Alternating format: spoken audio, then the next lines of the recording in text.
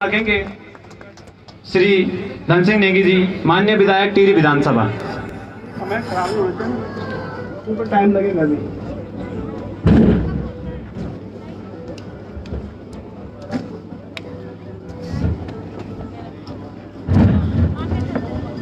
आज नया साल है और नए साल में यदि हम इस उल्लास के साथ आज भाई गुनसोला जी के द्वारा आयोजित पार्टी में सम्मिलित हुए हैं, तो एक बार जोरदार नारा लगाएंगे, जय श्री राम, जय श्री राम, जय श्री राम, जय श्री राम। जोर से बोलो भाई। नया साल है और भारत के 500 से साल से ऊपर का जो हमारा संकल्प था, यदि वो पूर्ण हो रहा है तो उसके लिए आप नए साल के 2021 के आज पहली शुरुआत पर जोर से बोलेंगे तो भगवान का नाम लेना कोई खराब नहीं है। जय Shri Ram. Selfie point hotel के आज के इस रंगारंग कार्यक्रम के अवसर पर मंच पर उपस्थित आज के कार्यक्रम के अध्यक्ष और जिला पंचायत क्षेत्र के सम्मानित सदस्य, हमारी पार्टी के बहुत ही वरिष्ठ नेता भाई विनोद बिष्ट जी इस कार्यक्रम में विशेष रूप से उपस्थित, इस क्षेत्र पंचायत के सम्मानित प्रमुख श्रीमती सुनीता देवी जी, पूर्व प्रमुख श्रीमती बेबी अस्वाल जी, चंबा ब्लॉक के ब्लॉक प्रमुख श्रीमती शिवानी बिष्ट जी, हमारे पार्टी के जिला प्रवक्ता भाई रवि सेमवाल जी, युवा मोर्चा के जिला अध्यक्ष भाई परमवीर पंवार जी, अनुसूचित जाति मोर्चा के हमारे जिले के अध्यक्ष भाई ओम प्रकाश भुजबल जी, हमारे साथ उपस्थित चंबा ग्रामीण के महामंत्री भाई बलबीर सिंह नेगी जी, इस मंडल के पूर्व में अध्यक्ष हमारी पार्टी के बहुत ही वरिष्ठ नेता, सभी उनको जानते हैं, भाई सीताराम भट्ट जी, पूर्व में अध्यक्ष रहे भाई विजय अटवाल जी, हमारे साथ आए हमारी पार्टी के बहुत ही वरिष्ठ कार्यकर्ता और पूर्व में जो टिप्पणी के प्रधान रहे भाई महाजन पवार जी, छोलगांव ग्राम पंचायत के सम्मानित प्रधान भाई त्रिलोक सिंह बिष्ट जी, हमारे साथ इस कार्यक्रम में उपस्थित भाई दारा सिंह चौहान जी, गजेंद्र सिंह चौहान जी, भाई डोभाल जी, भाई मनीष राणा जी, विकास चमोली जी, भाई संदीप भट्ट जी, गंभीर तोपाल जी, इस कार्यक्रम में उपस्थित चार गुडुलिया के ग्राम पंचायत के प्रधान भाई प्रकाश कुमार जी, क्षेत्र पंचायत छोलगांव के सम्मानित सदस्य भाई राहुल भारती जी, इस कार्यक्रम में जो लगातार लगे हुए हैं और हमारे बीडीसी के मेंबर भाई कुलदीप गुनसोला जी, नंदगांव के सम्मानित प्रधान भाई राकेश लाल जी, हमारे पार्टी के वरिष्ठ कार्यकर्ता भाई शोभन सिंह राणा जी, माधवर सिंह जी, गणेश भाई गणेश नेगी जी, जो हमारे सोशल मीडिया का काम भी देखते हैं। इस कार्यक्रम में बड़ी संख्या में उपस्थित आज इस कार्यक्रम विशेष रूप से साल के प्रथम इस कार्यक्रम में कंडियाल गांव से भाई घनश्याम कोठियाल जी और इस होटल के जो मालिक हैं, जिनके अथक प्रयास से आज नए साल की पूर्व संध्या पर, पूर्व बेला पर एक कार्यक्रम आयोजित किया गया, भाई शोभन सिंह गुनसोला जी, भाई आदित्य गुनसोला जी, ओम प्रकाश गुनसोला जी, राजेंद्र गुनसोला जी, इस कार्यक्रम का जो संचालन कर रहे हैं और सेल्फी होटल के जो बोर्ड ऑफ डायरेक्टर भी हैं, क्योंकि जिस रूप में आप कार्यक्रम का शुरू कर रहे हैं, मुझे लगता है कि आप एक बहुत बड़ी कंपनी होटल एसोसिएशन में चलाएंगे और आप अपने इस कंपनी के बोर्ड ऑफ डायरेक्टर भी होंगे। भाई ओम गुनसोला जी, सभी उपस्थित, थोड़ी देर रुक जाओ भाई, इसको भी हेलो, इसको बाद में करना, ए भाई रुक जाओ गंभीर। इस कार्यक्रम में बड़ी संख्या में आए मेरी माताओं बहनों, इस क्षेत्र के सभी सम्रांत जनप्रतिनिधिगण और गुनसोला परिवार के सभी परिवार के सदस्यगण, मैं सर्वप्रथम आप सबको नए साल की ढेर सारी शुभकामनाएं देना चाहता हूं, बधाई देना चाहता हूं। क्योंकि आज जिस रूप में नए साल की शुरुआत हुई है, नंदगांव क्षेत्र से भव्य कार्यक्रम के माध्यम से अभी हमारे पास कार्यक्रम में बड़े कलाकार हैं उत्तराखंड की, उनकी टीम आई है और उनकी टीम के माध्यम से हम रंगारंग कार्यक्रम भी देखेंगे। और उसके बाद संभवतः भोज की व्यवस्था भी गुमसोली द्वारा जो है, जो उन्होंने व्यंजन बनाए हैं, जिनको सब टूरिस्टों को खिलाते हैं, उन सब के लिए आपकी व्यवस्था की है। और इसलिए आज इस ऐसे पवित्र अवसर पर मैं सर्वप्रथम आप सभी को प्रणाम करता हूँ, नमन करता हूँ और नए साल की ढेर सारी शुभकामनाएं, बधाई देना चाहता हूँ। क्योंकि हम जिस 2021 में प्रवेश कर रहे हैं, हम सब जानते हैं कि 2020 का कालखंड हमारे लिए बहुत अच्छा नहीं रहा है और 2020 के एक साल के कालखंड में 23 मार्च से आज 1 जनवरी 2021 जब हमारे देश में लॉकडाउन लगा कोरोना के कारण, जब पूरे देश और पूरे विश्व में महामारी आई, उस महामारी के कारण हम सब लोग बड़े असहज हो गए, हम चिंता में आ गए। किसी के बच्चे बाहर थे, किसी के विदेशों में थे, किसी के देश के विभिन्न राज्यों में थे, विभिन्न कोनों में थे। और जब लॉकडाउन भारत का प्रधानमंत्री के आह्वान पर लगा तो लोगों को लगा कि अब पता नहीं क्या होने वाला है और सभी परिवार के लोगों ने चारों तरफ से सरकारों पर एकदम दबाव बनाने का काम किया कि हमारे बच्चों को घर बुलाया जाए, वो कहाँ रह रहे होंगे, क्या खा रहे होंगे, किस स्थिति में होंगे, और बहुत ज़्यादा दबाव बना के प्रदेश और देश की सरकारों को हमारे जो बच्चे जो नौनिहाल घर से बाहर थे उनको वापस लाने के लिए बहुत बड़ी संख्या में लोगों ने आग्रह किया और सबके आग्रह पर सरकारों ने व्यवस्था करके उनको वापस लाने का काम किया। और ऐसा लग रहा था कि अब पता नहीं क्या होने वाला है। जिस प्रकार से समाचार पत्रों के माध्यम से, टीवी के माध्यम से इस कोरोना की खबरें आ रही थी, जिस प्रकार से विश्व के देशों में लाशों के ढेर बिछ गए थे, अमेरिका जैसा देश, फ्रांस जैसा देश, इटली जैसा देश, इंग्लैंड जैसा देश, जिनकी जमीन पर लाशों को रखने के लिए जगह नहीं थी, ऐसी विचित्र स्थिति देखकर हम सब घबरा गए थे और हम अपने आप को असुरक्षित महसूस कर रहे थे। लेकिन हम सब सौभाग्यशाली हैं कि हमारे यशस्वी प्रधानमंत्री जी ने जिस प्रकार से देश को जागरूक करते हुए, हम सबको सचेत करते हुए, हम सबको लॉकडाउन के महत्व को समझाते हुए, ये लॉकडाउन क्यों जरूरी है, घर में रहना क्यों जरूरी हो गया है, घर से बाहर निकलने का अर्थ क्या है, जो हम मास्क पहन के बैठे हुए हैं इसका अर्थ क्या है, हम सांपा डाल के चल रहे हैं इसका अर्थ क्या है, हम दूरी बना के रखें इसका अर्थ क्या है, दूरी बनाना जरूरी क्यों है। इन सब बातों को जब देश के नागरिकों के सम्मुख विभिन्न कार्यक्रमों के माध्यम से भारत के प्रधानमंत्री ने अपने नागरिकों का आह्वान किया, तो उस आह्वान से एक शब्द निकल कर आया कि यदि हम अपने जीवन को सुरक्षित रखना चाहते हैं तो हमको सामाजिक दूरी बनाकर पब्लिक गैदरिंग करने का काम बंद करना पड़ेगा।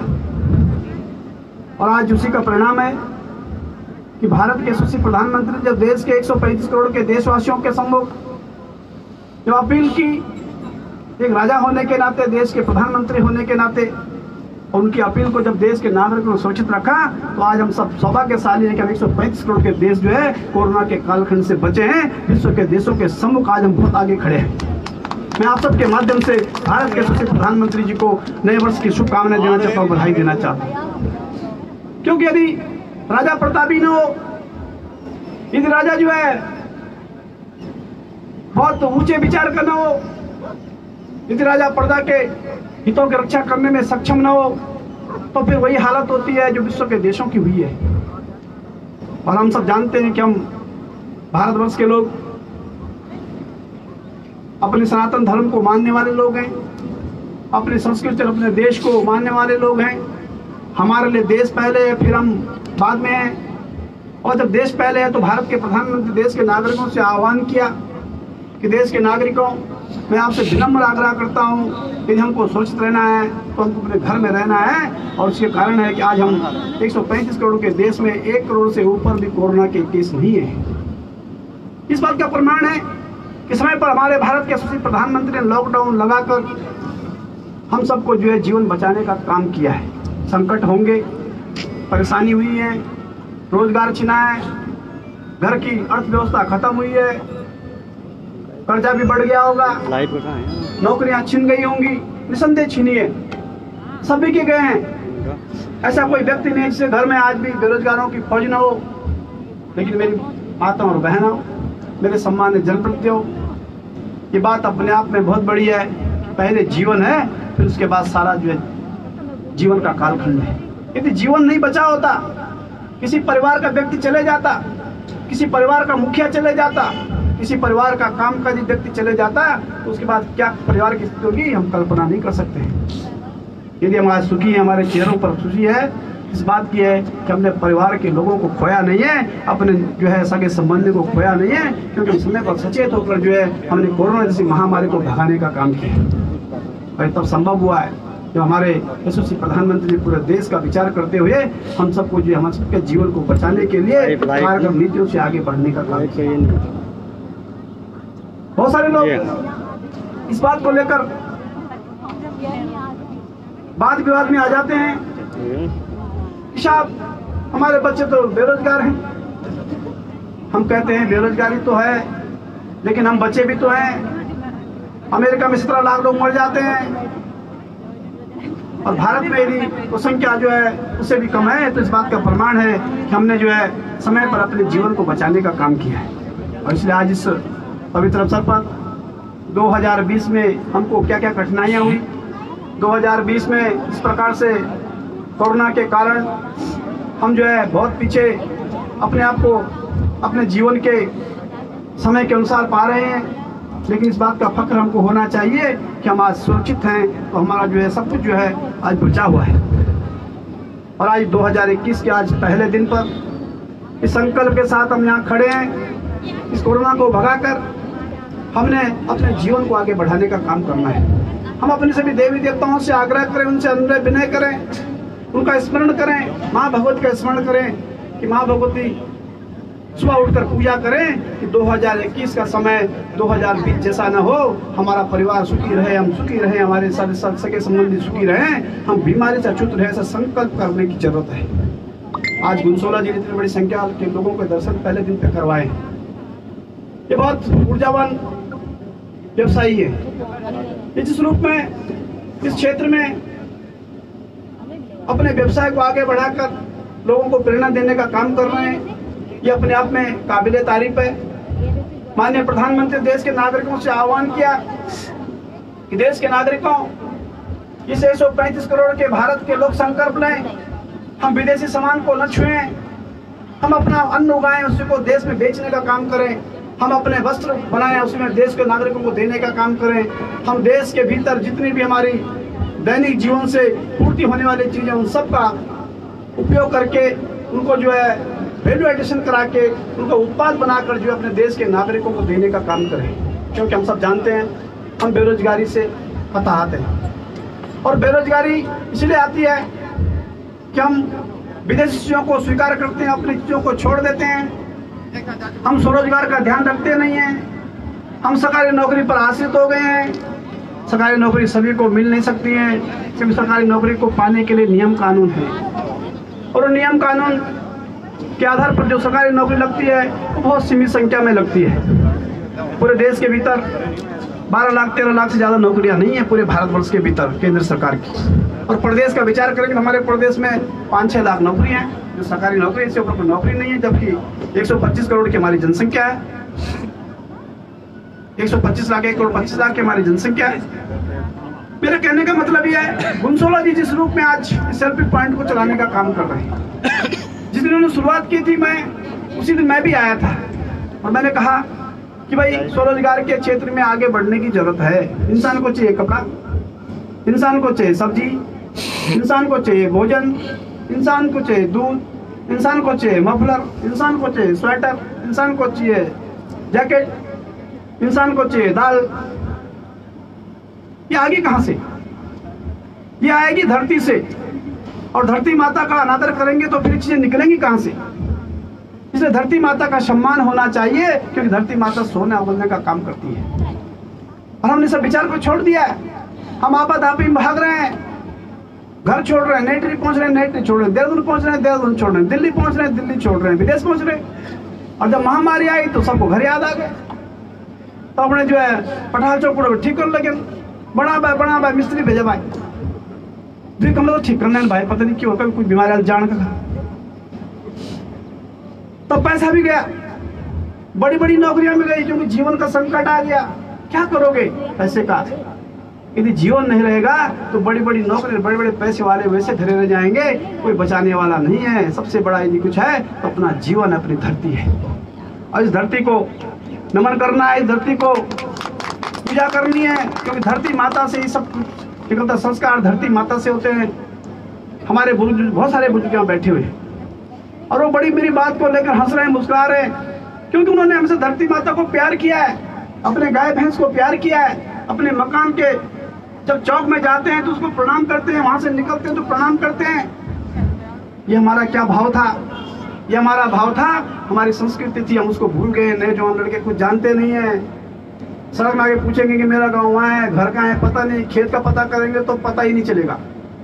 ये चीजों के नौजवानों की, यदि अपने बेटों को, अपने बच्चों को अपना घर और खेत और खलियान नहीं दिखाएंगे तो आने वाले 10-20 साल के बाद तुम्हारे खेत कहाँ पर होंगे, इसी कल्पना नहीं कर सकते। उनको खेत का पता नहीं हुआ, क्योंकि गांव का पता नहीं, घर का पता नहीं है। हम सब जगह जाके लोगों से आग्रह करते हैं, अपने को पहचानो, अपनी माटी को पहचानो, अपने देश को पहचानो, अपने जो है पूर्वजों को पहचानो, क्योंकि हम पहचान ही खत्म कर देंगे तो फिर कुछ नहीं हो सकता है। पहचान ही हमारी जो है धरोहर है, उस धरोहर को संरक्षित रखने की जरूरत है। और इसलिए माननीय प्रधानमंत्री ने नारा दिया, लोकल टू वोकल, यानी हमने लोकल के लिए अपने उत्पाद बनाने, उनको बेचने। इजराइल एक ऐसा देश है, सऊदी अरब ऐसा देश है, कुवैत ऐसा देश है, वहाँ कुछ नहीं होता, तेल ही तेल होता है, रेगिस्तान है। इजराइल जैसे देश ने अपने रेगिस्तान में जो है सब्जी उत्पादन का काम करता है, क्योंकि जो है उसने अपनी रेत की धरती को स्वर्ग बना दिया है। और हमारे पास तो सब कुछ है। बसंत ऋतु कितनी हमारे पास ऋतु है, कहीं बर्फ पड़ रही है, कहीं गर्मी हो रही है, कहीं समुद्र है, कहीं जो है पहाड़ है, कहीं बारिश हो रही है, कहीं जो है आंधी चल रही है। पूरे भारतवर्ष का विचार करें आप, कन्याकुमारी से कश्मीर तक, कहीं सेब हो रहे हैं तो कहीं लीची हो रहे हैं, तो कहीं जो है आड़ू हो रहा है, कहीं नारियल हो रहा है। कितनी बहुरुचियां हमारे देश में। कि जब लंबा विचार करेंगे तो ये भारतवर्ष बहुत बड़ा देश है जो पूरे विश्व को पाल सकता है। लेकिन हुआ क्या, 70 साल की आजादी में हमने अपने नागरिकों को देश का विचार करने का काम नहीं किया। आलू नहीं है तो सारे विदेश से लाओ, गेहूं कम है तो अमेरिका से मंगाओ चाहे बीमारी आ जाए, धान कम है तो जो है कनाडा से मंगा दो चाहे पूरा कैंसर का बीमारी जो है घर बैठ गई है। भारतवर्ष में सब ज्यादा पेशेंट आए हैं तो कैंसर के हैं, कैंसर का कारण है हमने विश्व से लाने वाले अनाज को खाना शुरू किया, अपना अनाज छोड़ दिया, उसे उगाया ही नहीं, अपनी जमीन बंजर कर दी, उसे देखा ही नहीं। और जब नहीं देखा तो विश्व का अनाज आया तो साथ साथ बीमारियां भी आ गई। आलू विश्व में मंगाया तो आलू खाते खाते किडनी फेल हो गई, डायलिसिस पे हैं। गेहूं खाते खाते हम जो है कैंसर ले आए, छोटे छोटे बच्चों को कैंसर, बड़े को कैंसर, कोई बीमारी इलाज नहीं है उसका। और इसलिए हमारे प्रधानमंत्री जी ने कहा, देश के नागरिकों अपने देश का विचार करो, अपना विचार करो, अपनी खेती का विचार करो। और जब खेती की बात आई तो देश के किसानों से आंदोलन शुरू करा दिया। आप सब देख रहे हैं, कोई भी अच्छा काम करो तो उसकी जो है नेगेटिविटी शुरू हो जाती है। पता नहीं साहब अपने चक्कर में साहब बोल रही है, थोड़ी सा बड़ी बड़ी बात को साहब बोल, क्या बड़ी बात है, मैं समझा ही तो रहा हूँ। ये मेरा धर्म भी है, ये मुझे समझाना भी है, क्योंकि आप सब ने तो बनाया, मुझे इसलिए बनाया है।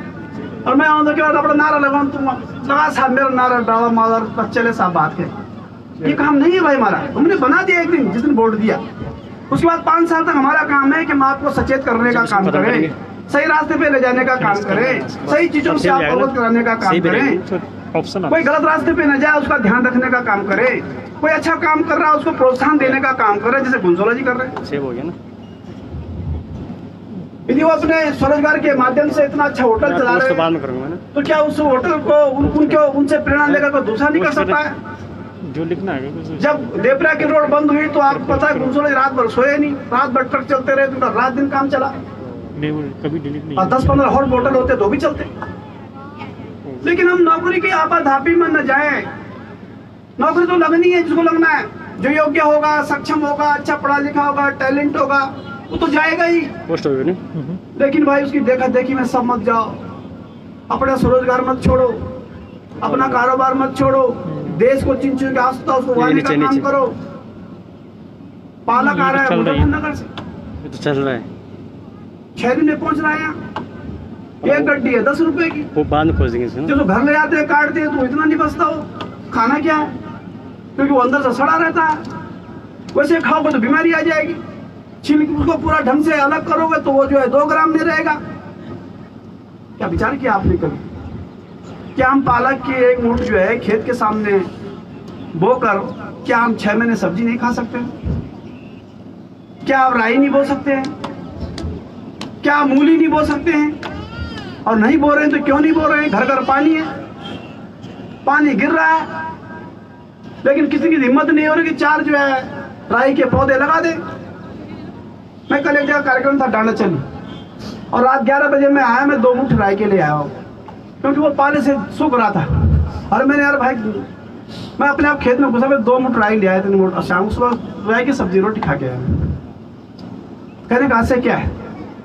कहने का आशय ये है कि जो काम हम करते थे, हमारे यहाँ होता था हल्दी, हमारे होता था धनिया, हमारे होता था जीरा, हमारे होता था आलू, आज कहीं है क्या? क्यों नहीं है? पालक होता था, मूली बोते थे, क्यों नहीं है? इसलिए नहीं है, सब सड़कों पे आ गए हैं, सब दुकान की तरफ भाग रहे हैं। ये दुकान ज्यादा दिन चलने वाली नहीं है, क्योंकि दुकान चल रही है लेकिन बीमारी साथ साथ में बढ़ गई है। देश की सरकारों को इलाज पर खर्च करने में लाखों करोड़ रुपए खर्च करने पड़ रहे हैं। 5 लाख का स्वास्थ्य बीमा प्रत्येक का कर दिया हमारी सरकार ने।